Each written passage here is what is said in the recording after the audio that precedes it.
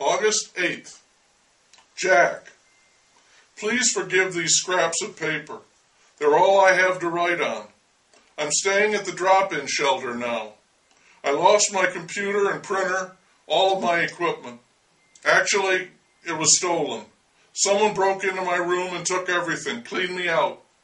All I have left now for GR is a pencil or two and whatever scraps of paper I can find.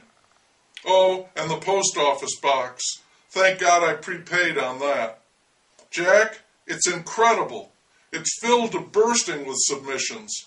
In fact, they just leave a card in it telling me to pick up at the desk. Bundles and bundles bound by twine and rubber bands. I feel like I'm Santa Claus and the kids of the world are writing to me. I'm getting over 10,000 a month now. Word does get out. I have so many poems to read, I barely have time for anything else. Don't get me wrong, I'm not knocking it. Reading all these poems is good. It keeps me from dwelling on my present circumstances. All is not bad. I now have an assistant, Louise, a college student. She looked me up by tracing the address, saw one of my ads in a literary journal, caught me just before I moved into the shelter, said she just wants to help. She's young, attractive too, and has boundless energy.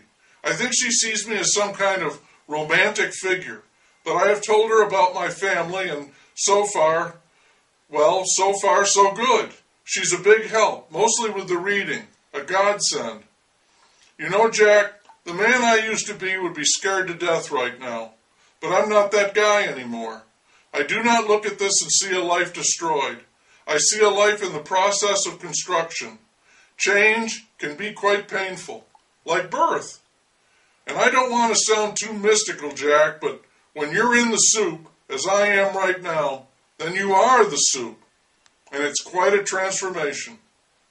Do you know, Jack, that many of the people in this shelter, the alkies, the addicts, the homeless, the mentally ill, the just plain down and out, the so-called bums, have begun to submit poems to GR?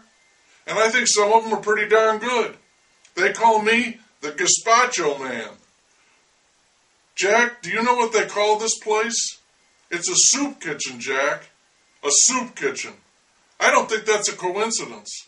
I believe I'm here for a reason, Jack. I